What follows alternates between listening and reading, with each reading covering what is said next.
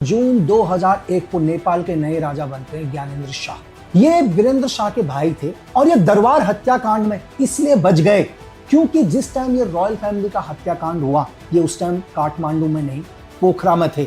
2002 से 2004 तक नेपाल के अंदर आईएसआई CIA की कुछ एक एक्टिविटीज कम होती हैं क्योंकि उस टाइम भारत के प्रधानमंत्री थे अटल बिहारी वाजपेयी। उन्होंने पूरा ध्यान दिया कि नेपाल के अंदर कैसे भी विदेशी ताकतों को रोका जा सके क्योंकि नेपाल हमारा पड़ोसी मुल्क है। अगर नेपाल में कुछ भी खतरा होता है तो उसका असर हिंदुस्तान में होगा। 1 फरवरी 2005 को राजा ज्ञानेंद्र फिर एक बार आपातकाल की घोषणा करते हैं और पूरे नेपाल में एक बार फिर राजतंत्र लागू कर देते हैं। भारत की चेतावनी के बाद भी राजा ज्ञानेंद्र ने तानाशाह का रास्ता अपनाया। राजा ज्ञानेंद्र यहीं तक नहीं रुके, उन्होंने अपने संसद को भी भंग कर दिया। इससे भारत नाराज हुआ और भारत ने नेपाल को आर्मी सपोर्ट देना बंद किया, जिससे नेपाल को लगा कि अगर भारत का सपोर्ट बिल्कुल ही बंद हो जाएगा तो कोई ना कोई बड़ी विदेशी ताकत नेपाल को अपने कंट्रोल में ले लेंगे। राजा ज्ञानेंद्र ने कई कोशिश करी भारत से मदद मांगने की, लेकिन भारत को पता था कि राजा ज्ञानेंद्र का पूरा झुकाव चाइना और पाकिस्तान की ओर है। 2008 में दिल्ली में एक मीटिंग होती है जिसमें नेपाल के कई बड़े नेता शामिल थे, जिसमें माओवादी नेता, कांग्रेस के और बहुत सारे अलग अलग पार्टीज के, और ये सब लोग एक ही चीज चाहते थे कि नेपाल से राजतंत्र को खत्म किया जाए। कहते हैं दिल्ली में इस मीटिंग को सक्सेस कराने के पीछे जो सबसे बड़ा हाथ था वो था डॉक्टर बाबूराम भट्टाराय का, क्योंकि ये JNU से पढ़े हुए थे। जब ये JNU में पढ़ा करते थे तो इनके क्लासमेट उस टाइम के रिसर्च एंड एनालाइज विंग के चीफ थे और इन्होंने बहुत बड़ी भूमिका निभाई। ये चाहते थे कि नेपाल के अंदर लोकतंत्र स्थापित हो। 2014 के अंदर भारत की राजनीति में एक बड़ा बदलाव आता है और हमारे देश के नए प्रधानमंत्री बनते हैं माननीय नरेंद्र मोदी जी। और प्रधानमंत्री बनने के बाद 17 साल के बाद ये पहले प्रधानमंत्री थे जिन्होंने नेपाल का दौरा किया, और नेपाल जाने के बाद ये नेपाल को एक पड़ोसी देश का दर्जा देते हैं। ये पहली बार था कि नेपाल को एक पड़ोसी देश का दर्जा मिला, जैसे चाइना हमारे पड़ोसी देश, पाकिस्तान हमारे पड़ोसी देश। और माननीय प्रधानमंत्री जी ने उससे उन्हें विश्वास दिलाते हैं कि हिंदुस्तान आपके साथ खड़ा रहेगा, आपके सपोर्ट में खड़ा रहेगा। इससे चाइना बहुत नाराज होता है और चाइना को लगता है कि वर्षों से करी हुई मेहनत एक पल में खत्म हो सकती है। ISI को लगता है कि 1991 से जिस नेपाल को लगातार गुमराह कर रहे थे, लगातार आतंक का अड्डा बना रहे थे, लगातार एक लॉन्च पैड की तरह यूज कर रहे थे, महज एक पल में उनकी ये सारी मेहनत खराब हो सकती है। नेपाल कई वर्षों से अपना संविधान नहीं बना पा रहा था, लेकिन भारत के सहयोग से वहां पर एक नया संविधान बना। 20 अक्टूबर 2015 को मधेशी आंदोलन का भारत ने खुल के समर्थन किया। भारत को लगा कि इन्हें इनका अधिकार मिलना चाहिए। 4 महीने तक नाकाबंदी रही।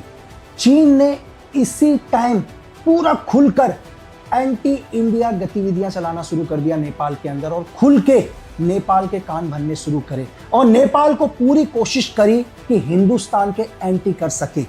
2016 में KP ओली को चाइना ने खुलकर सपोर्ट देना शुरू किया। उन्हें हर चीज से मदद करी, चाहे वो पैसों से हो, मैन पावर से हो, आर्मी से हो, सीक्रेट सर्विस से हो, हर तरह से उन्हें वो मदद दी ताकि किसी भी कीमत पर KP ओली पूरा का पूरा चाइना के इन्फ्लुएंस में आ जाए, उनका झुकाव पूरा चाइना की तरफ आए। चाहे नेपाल अंधकार में जाए, इससे चाइना को कोई फर्क नहीं पड़ता। और 2019 में सबसे बड़ा विवाद लीपू लेक विवाद, जहां पर चाइना का MSS या ISI के कहने से नेपाल को इतना एंटी बनाया गया कि नेपाल ने इस हिंदुस्तानी भूमि पर अपना अधिकार बताना शुरू कर दिया, जबकि यह पूरी की पूरी चाल चाइना की थी, ISI की थी कि कैसे भी करके नेपाल और हिंदुस्तान के रिश्तों को पूरी तरह से खत्म कर दिया जाए, क्योंकि नेपाल ही वो देश है, मैंने जैसे शुरू में कहा था कि हम और नेपाल ओपन बॉर्डर रखते हैं। हमारे बीच में कोई भी ऐसी दीवार नहीं है जहां से आगमन को रोका जा सके। ना किसी देश को एक दूसरे देश के अंदर जाने के लिए पासपोर्ट और वीजा की जरूरत होती है। और चाइना और पाकिस्तान को अच्छे से पता है कि अगर पूरा का पूरा नेपाल उनके कंट्रोल में रहा तो हिंदुस्तान के अंदर वो हर आदमी एंटर कर सकता है जो हिंदुस्तान को आतंक से दहलाता है। और इसी विवाद को पूरी तरह से खत्म करने के लिए उस टाइम के हमारे RNW के चीफ ने अनऑफिशियली नेपाल का एक विजिट किया और वहां के प्रधानमंत्री को समझाया। और 2024 के अंदर चाइना को पता था कि कहीं ना कहीं नेपाल दोबारा शांत हो रहा है और दोबारा आर्थिक रूप से मजबूत होने की कोशिश कर रहा है और हिंदुस्तान से एक अच्छे रिश्ते बन रहे हैं। तो 2024 में फिर चाइना ISI की मदद से परसेंट की सरकार को गिरा देता है। फिर नए प्रधानमंत्री दोबारा बनते हैं KP ओली, जिनका झुकाव पहले से ही चाइना की ओर था। नेपाल के अंदर बहुत सारी राजनीतिक पार्टी है और इन्हीं पार्टियों में एक नई जनरेशन की, नए युवाओं की एक पार्टी है, राष्ट्र स्वतंत्र पार्टी। इन्होंने तो अपने तत्कालीन सरकार के खिलाफ संसद तक में आंदोलन किया हुआ है यार।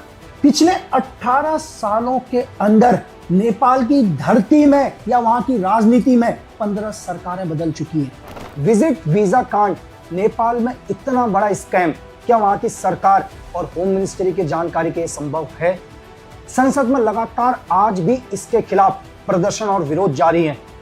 हमारे और पाकिस्तान के बीच में एक ओपन स्ट्राइक चल रही थी, आप सबको पता, ऑपरेशन सिंदूर। इस ऑपरेशन सिंदूर का पूरा फायदा उठाया चाइना ने, जहां पर नेपाल के ओपन बॉर्डर से कुछ चाइना के MSS के एजेंट हमारी सीक्रेट सर्विस ने पकड़े, जिनका एक ही मकसद था दिल्ली के अंदर एक बड़ा फिदायीन हमले को करना। चाइना को पता है कि कैसे नेपाल को अपने कंट्रोल में रखना है।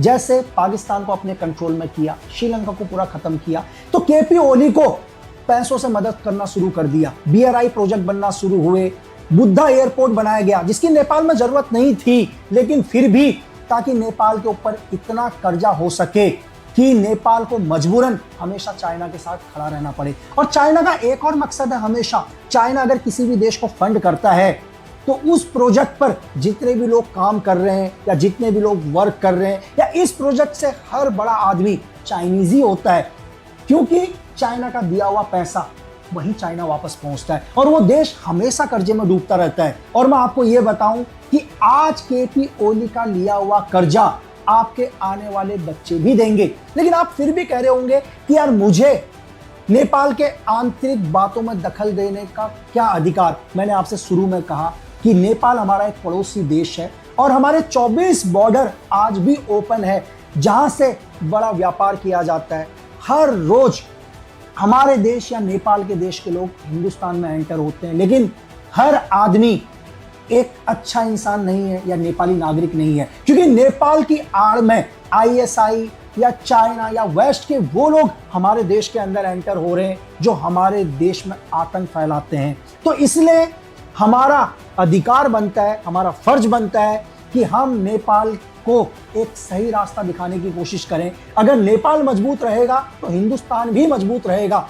एक कहावत है कि आपका पड़ोसी अगर शांत है तभी आप चैन से सो सकते हो, अगर आपके पड़ोसी को प्रॉब्लम है तो आप चैन से नहीं सो सकते। तो हिंदुस्तान तो हमेशा चाहता है कि नेपाल हमेशा तरक्की करे, हमेशा आगे बढ़े, लेकिन इसका फायदा कुछ एक वेस्ट में बैठे हुए देश, कुछ एक सीक्रेट सर्विस की एजेंसियां जो नेपाल को आज एक लॉन्च पैड की तरह यूज कर रहे हैं ताकि हिंदुस्तान को पीछे धकेला जा सके। लेकिन नेपाल के कुछ एक करप्ट नेताओं को यह समझ में नहीं आ रहा कि उनका सिर्फ एक यूज हो रहा है, क्योंकि हिंदुस्तान एक सुपर पावर देश है, हिंदुस्तान को कोई फर्क नहीं पड़ेगा, लेकिन इन विदेशी ताकतों के हाथ में आकर आप अपना अस्तित्व खत्म कर दोगे।